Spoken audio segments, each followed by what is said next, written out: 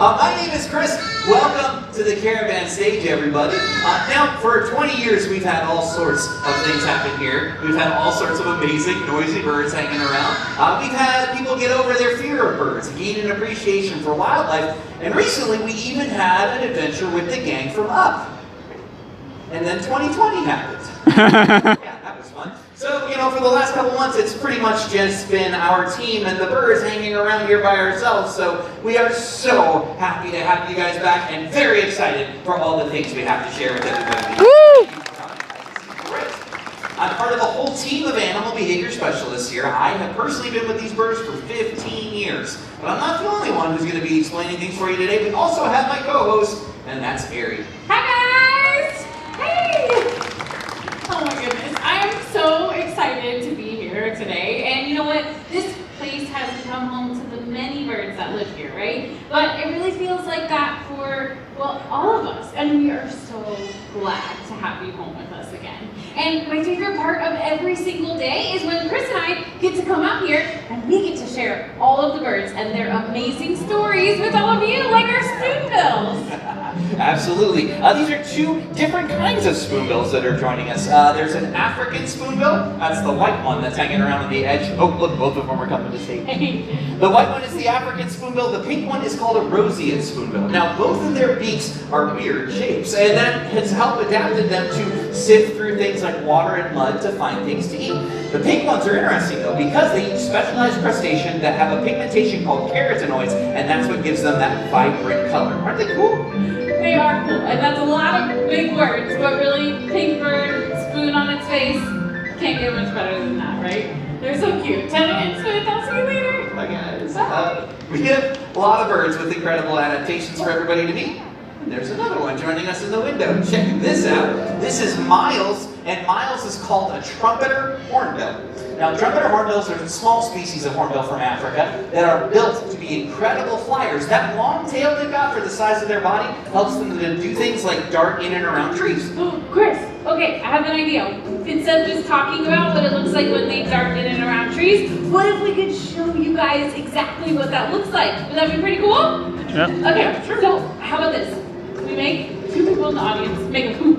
Hoop. Does anybody want to help us out? Right here in the center section? How about in the back of the green and the orange shirt? Yeah, you guys can stay right there. Yeah. And you're just going to face each other and make a hoop with your arms. And then Scott, you're back there. Can you help us out? And we'll see if we can get our trumpeter hornbill to fly right through the hoop, just like when she would be darting around in the trees of Africa. Let's try. Okay, Miles, do you see Scott back there? Scott is your target. You see where to go? Wow, that was so cool! Wait, can we go back the other way? Can we do it again? That was awesome. Okay, yeah, why not? That great flying is super, super important to these birds. Helps them to catch insects right out of the air. It's pretty amazing. What do you think, Miles? One more time? Here, I'll give you a clearer view of me. I see you through there. Want to give it a shot? What do you think? Something new, something fun. I know this is cool. You have got your eyes on everything. Nicely done! Big round of applause for our volunteers. That was so cool. Hey, Chris, you were just talking about insects, right? Yeah. Okay, so I have something else we can try if you guys want to try and humor me. If you'll humor me, Chris. So wouldn't it be cool if we could see Miles catch an insect right out of the air? Yeah, that'd be pretty cool, right? Don't have any insects. Oh, insects. We don't need any insects. I'm gonna because I want to come out there with you guys to show off what this would look like. I have something special that will help us for exactly what we need. I have this. Does anybody know what it is? Is it like a stomp rocket? It is a grape launcher. You guys have one at home. Yeah. Okay, cool. So, what we're going to do is we're going to launch a grape straight up into the atmosphere. But I need help from somebody out there who wants to help me launch the grape. Do you want to help me out right here? Okay, put your mask on. You can stay right there. What we're going to do is we're going to count you down. And then on the countdown, you're going to stop. You know what you're he's so ready. Okay, let's count it down. Ready? All right, 3, 2, 1. Okay.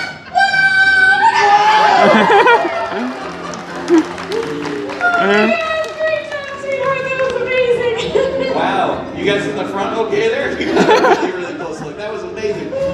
Wow, that's exactly the way it would work with the insects in the wild. That was pretty impressive. That was so cool. And you know what, you guys? That's why there's no more flying grapes in the forest of Africa. Really good one. I know. No, that was kind of a neat way to show that off. We like that a lot. You can see that little bump she's got on top of her beak. That's what makes a hornbill. Very interesting. Okay, you got that. One more tree for you, and then it's the same window you came out of. Do you remember where to go? Right through there. More treats waiting for you. I'm enjoying that sunshine out here. I can tell. I'm going to make a left. The trumpeter hornbill. So cool. Awesome. Speaking of awesome, we have another hornbill for you guys to meet. Let's do the hoop again. You guys were so good at the hoop. Do you want to see a different kind of hornbill up close? Okay, go ahead. Stand up. I'll make the hoop again. Yeah, but here's the thing. It's different hornbill. It's That's not the okay. same You one. guys want to see another hornbill, right? Harry. Yeah, what? Oh, no. Oh. We're going to need a bigger hoop. Get like 5 people and make a giant hoop. This was not the hornbill I was looking for. This is a southern ground hornbill. Now, their name suggests they tend to spend most of their time on the ground, and that's true. Sometimes you get to see them in flight. Very nicely done. And what makes this species unique is that gigantic beak that eats all kinds of stuff, right? Yeah, from the tiniest seeds and grains to stuff like snakes. They love to eat even venomous snakes. Yeah, they will take the snake and they'll grab it and they'll shake it up and then they'll slurp it down like spaghetti. How's that for a visual? Okay, Sebastian, you did a great job. We'll see you later. Bye, Sebastian, our ground hornbill. That was cool. That was cool. Yeah, and speaking of cool adaptations like that beak, we talk about adaptations. I think about our next bird. Who wants to meet an owl? Yeah, owls. Some of the coolest predators out there, right? They've got great eyesight, some of the best hearing of any animal out there, and owls are very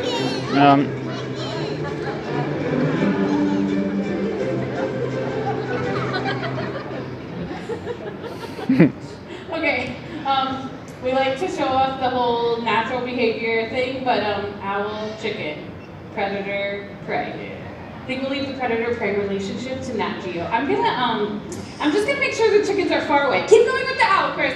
All right, we're gonna meet an owl, a beautiful owl, who's joining us right over here. His name is JJ. He's a great horned owl.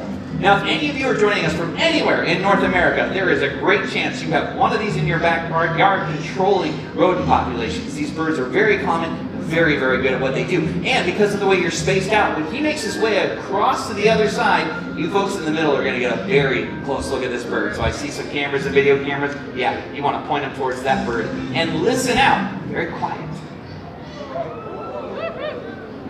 Wow. Very low and very close. You know what? That's how it works out in the wild. When they see something they want to eat, like a small rodent or reptile, they'll find the perfect perch up in a tree, just like he does. Their camouflage coloration helps them to disappear into the background, and then when they see what they want, they will swoop down on it silently. The prey items never even know that the predator is there, and that is one of the most efficient ways to hunt, to be an ambush predator, like the owl. I see you over there, buddy. Look, he just completely disappears. The coolest. The great horned owl, such a specialized species, and they get their name from those little spikes of feathers he's got on top of his head. They're not ears, just feathers. JJ, the great horned owl. Oh, Chris, did I miss the whole owl? Well, you just missed the tail end. Don't encourage him. Okay, so did you at least get get to tell everybody all the amazing things about owls. We mentioned some things, but you know, I forgot to say one part, and that is that even small owls, one of those birds could eat like 1,000 mice in just 1 year. Oh my gosh, do you remember when nobody was here, how many rats were running around? Yeah, well, I don't know if you know about it, but she's right. When our owls moved in, the rats and mice, they just moved out. Yeah, it's true. So yeah, I think that it is safe to say that rat problem, it's behind us now. Yeah, that's true. We talk about rats and everybody gets swirly up there. I don't know what it is. Weird. I don't know. Okay, so there are a lot of smart animals out there, and one of the smartest in the bird world happens to be ravens. Ravens are extremely intelligent, Sure. and one of my favorites is Dixon, the collared raven. And oh, Chris, this would be such a good time to talk about how behavior works. How behavior works. No, absolutely. Okay, so here's the way it works, guys. Every time the animals do something we like out here, we make sure they get something they like. And that increases the likelihood that they're going to do those things again the next time they Hey! I don't know what that was. Okay, so yeah, have any of you ever heard of positive reinforcement before? Dixon! Why did you give him a treat for that? Because I liked it. Because you liked it. Okay, but yeah, so positive reinforcement is making sure an animal gets something that they like so that you increase the likeliness that it happens again. It's one of the things that we focus on here. So, Dixon! Sorry, Chris. are you done? We had our fun. Okay, we're going inside. But you know what? That actually brings up a really good point. You have to be careful with animals, right? Because if they do something you don't like, but they get a consequence that they like out of that, they're going to do that thing again too. Parents have to worry I about know, that. it is really easy to reinforce the wrong behavior. I was just having a little fun. Okay, that was fun. Oh, great, he's back. Okay. So tell you what, I'm gonna, no, stay away from the shoes. Oh, what is that? Dixon! What? That was my microphone. Can you guys hear me? No, really? John, can you turn this up? No? We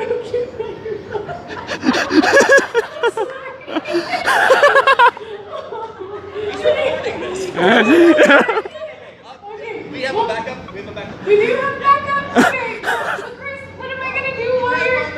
No! Okay.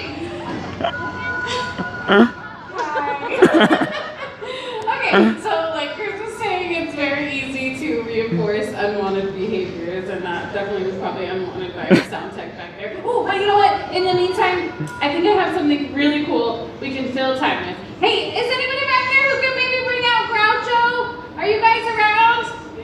Yeah? Okay, if you can, it'd be really good. Okay, if Groucho can come out a little bit early, then that'll save us some time while Chris tries to find the backup mic. So, Groucho is a yellow-naped Amazon parrot, and, you know, there's a lot of birds out there that can mimic sounds that they hear in their environment. But of all of the birds I've ever heard with the ability to mimic, and there's not that many, this is the champion of all mimicking birds. Thank you, Adam. So Groucho is really special, and he's picked up on lots of sounds that people make. Hey Groucho, can you give everybody a great big hello? So there's a little of that mimicry there. But like I said, champion of all mimickers, okay? So Groucho has learned to take that mimicry thing to a whole new level. Are you ready? Let's show him. Ready? Hi. What are you looking at up there? Oh, what is that? I think that it's an eagle. I see it. Anytime there's a bird that looks up one eye to the sky, they have much better eyesight than we do. I don't know what that is. That might even be a balloon. Well, we'll see if Groucho can pay attention. But when you are a prey species, you always have to keep your eyes to the sky, just in case there's danger lurking. But if it's a vulture, you know what? Just look alive. Okay, I think you're ready. Are you ready? Let's go.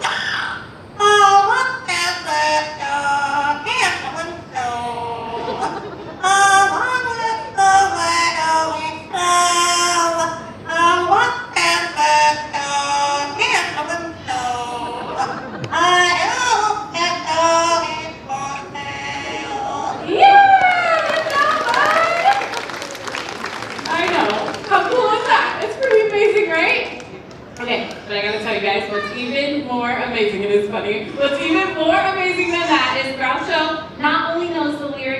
one song. He knows the lyrics to 7 songs from beginning to end. Yeah, would you guys like to hear another song? Aw, Groucho, they're being so sweet. Can you give everybody out there a great big kiss?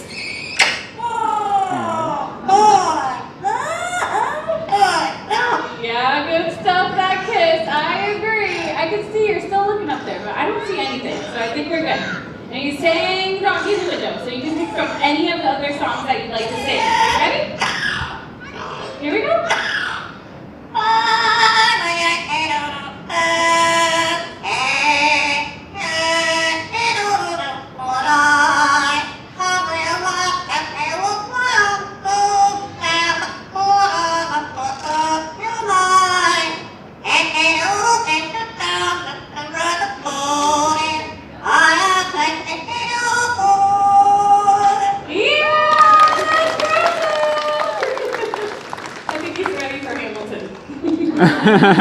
Good job, bud. That was awesome. Check. I hear Chris. You hear me? Yeah. You guys hear me now? Oh, sorry. Very good. We're back. Back up back there. Adam's here. Yeah. Oh, and Groucho's out here Yeah, too. we switched it around a little bit. Brought Groucho out early so we could fill some time while you got your backup mic. Yeah, why not? That was a good idea. Yeah, it was really good. Did he sing? Yes, he It's sang. pretty incredible, right? Well, that is very unique. Like Gary said, 1 in a million. That guy is exceptional. Plus, we need to make sure people understand parrots like that are cute on stage, but in the home, very, very challenging pets for a lot of different reasons, Yes. right? They can scream really loud. Really loud. Bites incredibly hard. Yeah, very hard. And live a long time. Even small birds like that, they could live like 50 years, maybe even longer. It's true. I love Groucho dearly, but I have no Hi. parrots at home. Bye there. I don't know what's going on. What was that? I don't know. No. One of the things we do when we're not doing shows is like train animals on stage, so apparently somebody didn't get the memo that we were Where are they Yeah. What are you? What is happening? We had the best show planned for you guys. I don't really know what happened. What are you doing? Okay. Oh my gosh. Okay. Well, now we know why the guineas fell were running, but this is Ozzy, which is a surprise, and he is an Andean condor. This is the largest flighted species of bird in the entire world. He has a 10-foot wingspan, and condors are part of the vulture family. So you guys know what vultures eat, right? Dead stuff. That's exactly right. They eat carrion, rotting carcasses of animals that die out in the wild. So a bird like this, or another vulture, they're going to come along, they'll eat up that stuff, right? They'll clean it up. It stops the spread of disease. So basically, condors and other vultures, they're nature's recyclers. That's right, and if we all recycled like this awesome condor, this earth would be a much cleaner place. All right, one more treat for you up there, Ozzy. You guys can see he likes a 10-foot social distancing policy. Please stay 1 condor's length apart. That was Ozzy, our Andean condor. I don't even know what's next because I did not expect Ozzy to be on it. We'll get this thing back on track sooner or later, guys. Actually, the next bird we have is a big one too. Check it out, right over there. That's a crown crane whose name is Fraser. It's Fraser Crane. Still with that joke? Oh, they laugh at it. So, why don't you take over? I want them to see the bird up No, close. He Chris, doesn't- you've been calling down. We've tried. He doesn't come to You've me, been so working you on take it. over. Don't you Eric, guys come want on. to see Crispy the crane? Okay, now you have to do it. Come on. All right. Come on, you've been working on your relationship with the crane. Stand right by the ground. So you want? Okay, Just like well, you guys laying are on going to the get grass. really close then, because right to me. So ready? Yeah, perfect. Here he comes, here he comes, here he comes. There he goes, there he goes. Or not? Yeah. No, it's fine. It's fine. That's why I wanted her to do this. So You're come on here. Take Okay, over. wait. I have also been working on my relationship with the crane. There's something for you to help you behind the rock. Behind the rock. Yeah. There's nothing there. Oh, there's nothing there? No. Oh no, I had something really special. Hold on, maybe somebody back there. Hey, does anybody have the thing that I need that's really special back there? Oh, maybe. What? Dance back. Okay, here you go. Seriously? Yes. You want to put this on? Yes, put it on. You look great. You're see the crown of golden feathers on top of the crane's head. You have this awesome crown. Okay, just try to call him to you. It's gonna work. I know it. Okay. All right. I know it's gonna work. You look awesome. Okay, here he comes. Here he comes. Whoa. Okay. So, was it the hat? No. No. Why am I wearing this thing then? Because I just wanted you to look so awesome. Because you look great. You look great. Yeah, you guys. Hey, are you back there? Because somebody else needs to see this in the back. Hey, yeah. Smile! Eric, put the camera. No, Chris, you've been working so hard on your relationship with the crane. I just really wanted to have a little bit of fun with it. Okay, it was special. That was fun. Yeah. And that was kind of neat to get to do that here, as much as that was fun. But you know what? We do have a couple more things for you folks. And the next one is something very special to us. It's the story of the national symbol of the United States of America. The bald eagle, that's right. Ladies and gentlemen, this is hope. Now, hope is a living symbol of one of the greatest conservation success stories of our time. It wasn't that long ago when their numbers had dropped so low that a lot of people thought future generations might not get a chance to see a bird like Hope in the wild. But an amazing thing happened. People took action. We cleaned up the waterways where they fished, and we stopped using chemical pesticides like DDT. It was one of the reasons for their decline. Okay, so what you're saying is that people, just like everybody here today, played a part in bringing the bald eagle back from the brink of extinction? That's exactly right. People's efforts had such a dramatic impact that the bald eagle was taken off the endangered species list. Yay! It is awesome. It's a great conservation success story and a great example of the power everybody has to help protect wildlife. Yeah, there are a lot of conservation success stories out there, but there are still many animals that still need our help, like this guy. Yeah, this is something very special. That little bird up there is called a blue-throated macaw. Very unique species of macaw, one of the rarest in the world. They're only found in Bolivia, and there's about 200, probably less, left in the wild. It's true, but it's not all bad news. We are working with an amazing organization called the World Parrot Trust. We're working on reintroducing blue-throated macaws to wild places, and we're hoping that they'll join up with the wild population so you can see skies filled with macaws. That would be absolutely awesome. An amazing sight to see. But it doesn't stop there. There are so many incredible birds for everybody to meet who have their own stories. Like the toucan. Oh, and look at that little guy back there. With a little Livingston's Turako. So cool. Oh my gosh. So go outside, appreciate nature, and create your own stories. Find your own favorite animals. Absolutely. So, on behalf of all the animal behavior specialists here, and of course all of our feathered friends, we want to leave you with one final wish. May your hearts take flight and your spirits soar forever. Namaste.